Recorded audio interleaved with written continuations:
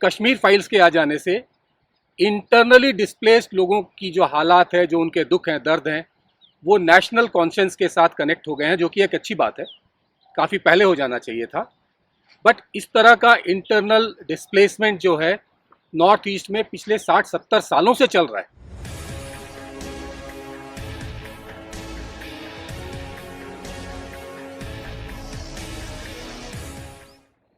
सो जय Hind friends, this is brigadier Anil Gautam और स्वागत है आपका नॉर्थ ईस्ट सीरीज़ के नए वीडियो में। इससे पहले के वीडियोस में हमने देखा था कि आउटसाइडर्स के नॉर्थ ईस्ट में आने की वजह से जो इनिशियली 3 स्टेट्स थे नॉर्थ ईस्ट के, वो धीरे धीरे करके 40 साल के ड्यूरेशन में 7 सिस्टर्स बन गए, 3 से 7। पहले वीडियोस में हमने देखा था कि इस प्रोसेस में क्या हुआ, कितनी इंसर्जेंसीज हुई, कैसे स्टेट्स कार्व आउट हुए। बट एक ध्यान देने वाली बात यह है कि जैसे जैसे ये स्टेट्स बनते गए, जैसे जैसे वहाँ इंसर्जेंसीज बढ़ती गई, काफ़ी लोग जहाँ पे सदियों से रहते आ रहे थे वहाँ से इंटरनली डिस्प्लेस हो गए। इंटरनली डिस्प्लेस्ड लोगों के बारे में एक मिसप्लेस्ड कॉन्सेप्ट है। लोग उस पर ज़्यादा ध्यान नहीं देते, ज़्यादा उस पर तवज्जो नहीं देते। वो सोचते हैं क्या हो गया, अपने देश में ही तो हैं, एक जगह से दूसरी जगह चले गए। पर ऐसा होता नहीं है। इनकी हालत जो है वो रिफ्यूजीज से बदतर हो गई है। तो नॉर्थ ईस्ट में जो इंटरनल डिस्प्लेसमेंट्स हुए हैं उसकी मोटे तौर पे 4-5 वजह रही है। सबसे ऊपर आता है insurgency and counter insurgency operations, उसके बाद आते हैं डेवलपमेंट प्रोजेक्ट्स, उसके बाद आते हैं जो माइग्रेंट लैंड को किसी की वजह से दूसरों ने ले लिया, बेशक वो गवर्नमेंट हो सकती है, प्राइवेट पार्टीज हो सकती है, और लास्ट वजह जो मेरे जहन में आता है वो है पुल ऑफ मेट्रोज। जो नॉर्थ ईस्ट में लोग रहते हैं उनकी जो नई नस्ल है, जो नई जनरेशन है, वो जॉब अपॉर्चुनिटीज़, फ्यूचर अपॉर्चुनिटीज़ की कमी की वजह से नॉर्थ ईस्ट को छोड़ के मेनलैंड इंडिया के मेट्रोज और बाकी शहरों में आ रहे हैं। तो चलिए बात शुरू करते हैं इंसर्जेंसी और काउंटर इंसर्जेंसी ऑपरेशंस और उसकी वजह से हुए डिस्प्लेसमेंट्स की। अगर हम नॉर्थ ईस्ट की इंसर्जेंसी को देखते हैं तो उसके 2 डिस्टिंक्ट फ्लेवर हैं। 3 स्टेट जो बर्मा के साथ जिनका बॉर्डर लगता है, वहाँ पर ट्राइबल इंसर्जेंसीज हुई। इनके सेपरेटिस्ट फ्लेवर थे और इनका वायलेंस लेवल थोड़ा बाकियों से ज़्यादा था। बाकी 3 स्टेट्स हैं आसाम, मेघालय और त्रिपुरा, जिनका बॉर्डर प्राइमरीली बांग्लादेश के साथ लगता है। वहाँ की जो इंसर्जेंसी थी वो सेपरेटिस्ट नहीं थी। वहाँ की इंसर्जेंसी हुई आउटसाइडर्स के वहाँ बहुत संख्या में आ जाने पे।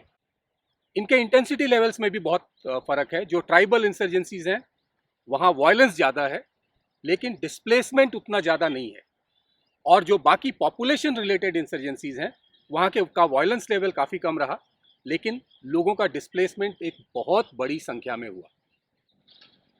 तो बात शुरू करते हैं नागालैंड से। नागालैंड ने अपनी बात ही इंसर्जेंसी के साथ शुरू की थी।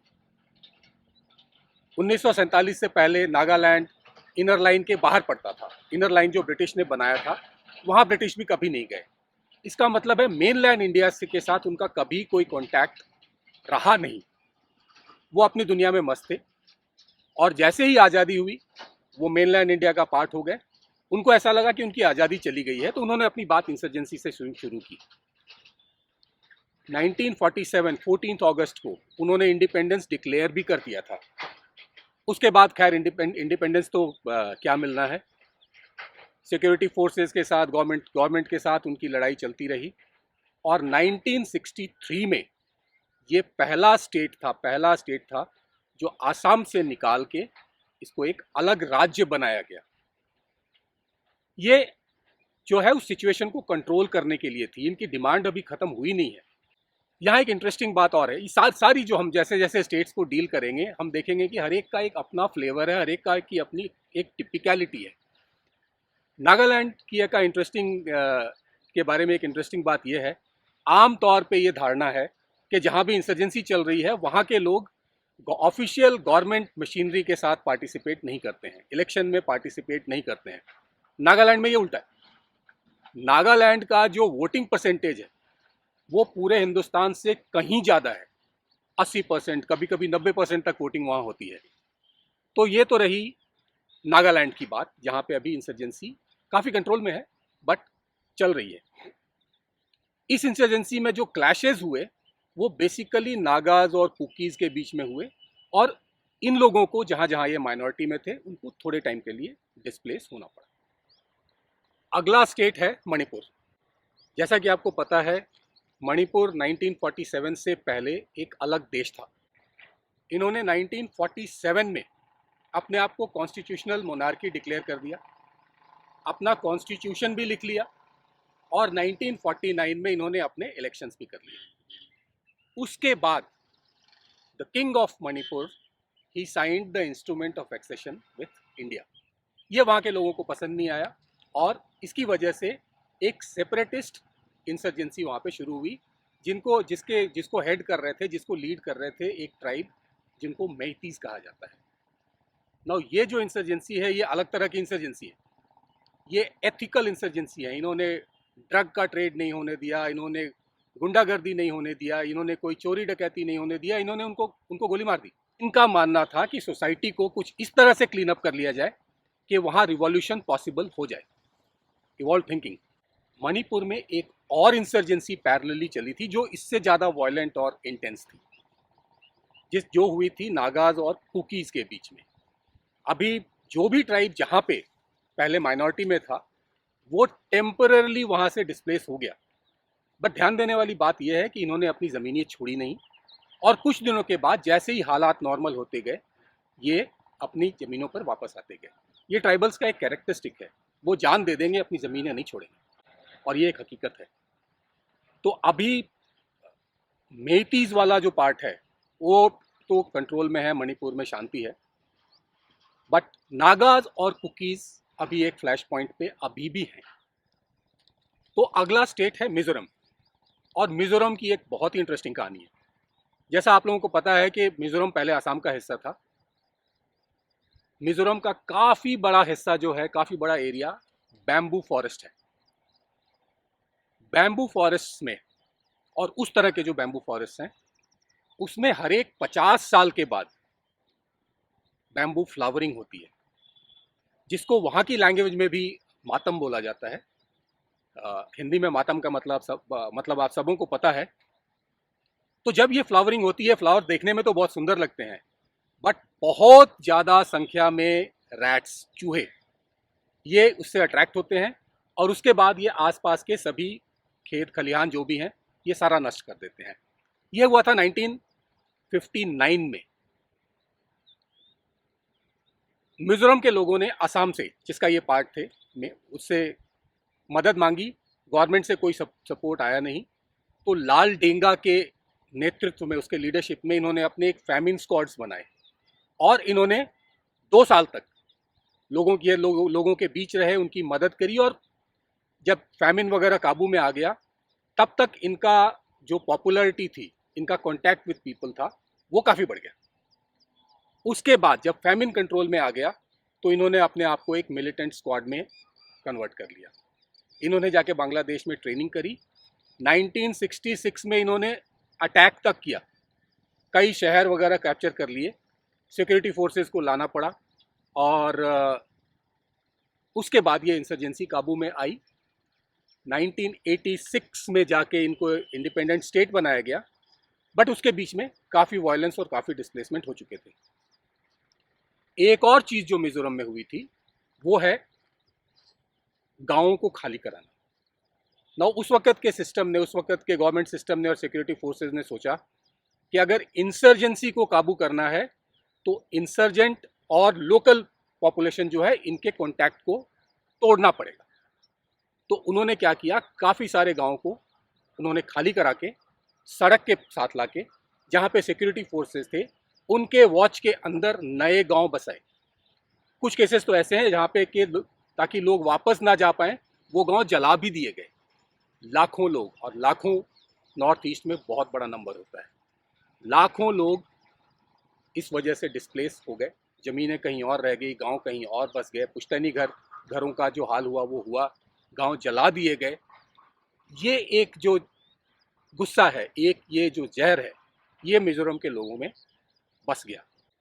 ये तो हुई मिजोरम की बात। कुछ लोगों के जहन में ये ख्याल आ रहा होगा कि 1959 में जो बैम्बू फ्लावरिंग हुई थी और जिसकी वजह से ये अकाल पड़ा था, और जैसा हम देख रहे थे कि हर एक 50 साल में ये बैम्बू फ्लावरिंग होती है, तो फिर 2009 में भी ये फ्लावरिंग हुई होगी। जी हाँ, हुई थी। नुकसान भी हुआ था, और इस वक्त गवर्नमेंट तैयार थी। 1959 और 2009 का हिंदुस्तान एक नहीं है। इस वक्त गवर्नमेंट ने काफ़ी सारा राशन, काफ़ी सारा एड पहले से तैयार कर रखा था। नुकसान तो फिर भी हुआ, बट अकाल की हालत में नहीं पड़ा। उन्होंने एक ऑर्गेनाइजेशन बनाई थी, बैफकॉस, bamboo flowering and famine control bureau. इसके स्पेयर इसके इसकी छत्र छाया में, इसके ओवरऑल गाइडेंस के अंदर, ये गवर्नमेंट मशीनरी है, इसके ओवरऑल गाइडेंस के अंदर में बैम्बू फ्लावरिंग को कॉम्बैट करने की, उसको फाइट करने की प्लानिंग तैयार की गई और एग्जीक्यूशन किया गया, और सिचुएशन अंडर कंट्रोल रहा। तो अब हम आगे बढ़ते हैं उन 3 स्टेट्स की वजह से जहाँ की इंसर्जेंसीज आउटसाइडर्स के आ जाने की वजह से हुई। उसमें पहला स्टेट है त्रिपुरा। त्रिपुरा की इंसर्जेंसी या वहाँ की हालात समझने के लिए हमको त्रिपुरा की ज्योग्राफी को देखना पड़ेगा। आप देख सकते हैं कि त्रिपुरा 3 तरफ से बांग्लादेश से घिरा हुआ है, और ये बॉर्डर्स जो हैं ये पोरस हैं, ये बहुत ज़्यादा मैंड नहीं है। तो 1947 के पार्टीशन के साथ बहुत बड़ी संख्या में बंगाली हिंदूज, जिनको बांग्लादेश छोड़ना पड़ा था, वो आके त्रिपुरा में बस गए। ये इतने ज़्यादा आ गए कि वहाँ के जो एथनिक ट्राइब्स थे, जो त्रिपुरीज थे, वो माइनॉरिटी में आ गए और अभी भी माइनॉरिटी में ही हैं। तो इस बात का गुस्सा था उन त्रिपुरीज में। बहरहाल उन्होंने रास्ता निकाला किडनैपिंग्स का। बड़ी संख्या में उन्होंने किडनैपिंग्स किए। इससे उनको 2 फायदे हुए। एक तो किडनैपिंग के डर से बहुत बड़ी संख्या में बंगालीज जो हैं वो वहाँ से चले गए और बांग्लादेश के साथ जो एरिया लगता है वहाँ जाके बस गए, और इन किडनैपिंग और रैंसम की वजह से इनके पास पैसा आता रहा, जिसके साथ ये अपने इंसर्जेंसी को चला सके। ये छोटे गुरिल्ला फोर्सेस थे। इन्होंने गवर्नमेंट फोर्सेस के सिक्योरिटी मशीनरी के साथ डायरेक्ट कॉन्फ्रंटेशन का रास्ता अवॉइड किया था। 2003 के आसपास नेगोशिएशंस कंप्लीट हो गए। बहरहाल वहाँ अमन चैन है, शांति है, बट त्रिपुरीज वहाँ अभी भी माइनॉरिटी में है, और ये सिनेरियो बदलने का कोई अंदेशा दिख नहीं रहा है। तो अब बात करते हैं आसाम की। आसाम के इंसर्जेंसी की कहानी या आसाम के लोगों के गुस्से की कहानी आज़ादी से काफ़ी पहले शुरू हो जाती है। एक ऐसा वक्त आया था जब हमारे हिंदुस्तान के कद्दावर ऊंचे लीडर ये चाहते थे कि आसाम बांग्लादेश के साथ चला जाए, तब के ईस्ट पाकिस्तान के साथ चला जाए। उनका ये मानना था कि ये पिछड़े हुए स्टेट्स हैं और ये हमारे मेनलैंड के प्रोग्रेस को भी रोक देंगे। तब आसामी लोग ने जिद करके अपने आप को इंडिया का हिस्सा बनाया था। उसके बाद पार्टीशन हुआ। पार्टीशन के बाद असम को काफ़ी सारा जो रिफ्यूजीज़ का नंबर है वो एक्सेप्ट करना पड़ा। उन्हें ये हुक्म दिया गया था कि आप इनको एक्सेप्ट करोगे, तो बहुत सारी संख्या में रिफ्यूजीज़ वहाँ पे आ गए। उसके बाद समवेयर इन 50s आसाम में निकलने वाले तेल की रिफाइनरी 1200 किलोमीटर दूर बिहार में बरौनी में बनाई गई। इससे लोगों का एक गुस्सा बढ़ा, और जाहिर है कि ये गुस्से वाली बात भी है कि गवर्नमेंट ये रीज़न दे रही है कि सिक्योरिटी के कंसर्न्स की वजह से इस रिफाइनरी को बरौनी में बनाया जा रहा है। लोगों का कहना था कि अगर आप एक ऑयल रिफाइनरी की रक्षा नहीं कर सकते तो यहाँ के लोगों की रक्षा कैसे करेंगे। तो आप देख सकते हैं कि एक जहर इनके दिल में भरता जा रहा है, और इसकी वजह भी समझ में आती है। अगला ट्रिगर था 1962 वॉर। 1962 वॉर में जब चीनी इनके आसपास पहुंच गए थे, तो जवाहरलाल नेहरू का एक फेमस स्टेटमेंट था, जब उन्होंने कहा था, my heart goes out to the people of Assam. Assamese people felt that they have been abandoned. There was no effort made to save them. तो ये धीरे धीरे करके ये जहर बढ़ता रहा और वहाँ तब शुरू हुआ स्ट्राइक्स का, किडनैपिंग्स का, सेलेक्टिव किलिंग्स का सिलसिला। इंसर्जेंसी कोई उतनी खास वहाँ बढ़ी नहीं, बट डिस्प्लेसमेंट्स काफ़ी हुए। रोल में आज के डेट में तो आसाम एक काफ़ी खुशहाल सा स्टेट है, बट असम की कहानी और उसके डिस्प्लेसमेंट की कहानी ये भी है। सो स्टेट्स की फहरिस्त में अगला स्टेट आता है मेघालय। मेघालय असम का हिस्सा था। मेघालय की जो कहानी है वो आसाम की कहानी का ही एक चैप्टर है, लेकिन उसके अंदर एक ट्राइबल एंगल है और एक रिलीजियस एंगल है। शिलोंग जो आज की डेट में मेघालय का कैपिटल है, वो अनडिवाइडेड असम का कैपिटल था। इसको ब्रिटिश ने वहाँ के एनवायरनमेंट, वहाँ के क्लाइमेट वगैरह की वजह से बसाया था। पूरी की पूरी गवर्नमेंट मशीनरी, पूरा का पूरा power centre of Assam was based out of Shillong. इसको स्कॉटलैंड ऑफ इंडिया भी कहा जाता था और कहा जाता है। यहाँ के जो लोग हैं, जो ट्राइबल लोग थे पहले, वो क्रिश्चियनिटी के कॉन्टैक्ट में आए और वो क्रिश्चियंस बन गए मिशनरीज की वजह से। और क्योंकि ये ब्रिटिश का आसाम के अंदर पावर सेंटर था, वहाँ की एम्यूनिटीज़, वहाँ की फैसिलिटीज़, वहाँ के का एजुकेशन लेवल वगैरह सब काफ़ी ऊंचा था और वहाँ पे कोई प्रॉब्लम थी नहीं। प्रॉब्लम शुरू हुई आज़ादी के थोड़ा पहले, जब बांग्लादेश का एक सिलेट का हिस्सा, वो जिसने पहले हिंदुस्तान में आना था, एक रेफरेंडम की वजह से वो ईस्ट पाकिस्तान में चला गया और वहाँ से काफ़ी सारे लोग उठ के शिलोंग में आ गए। उसके बाद पार्टीशन के वक्त काफ़ी सारे लोगों को जो बांग्लादेश से डिस्प्लेस हुए थे वो आके शिलोंग और उसके आसपास के इलाके में आ गए। उसके बाद हर एक ट्रिगर पे वहाँ से लोग आते रहे और धीरे धीरे करके जो वहाँ की जो ट्राइबल्स थे उनके रिसोर्सेज कम होते गए, उनको कमियाँ फील होने लगी और उन्होंने अपनी आवाज़ बुलंद की।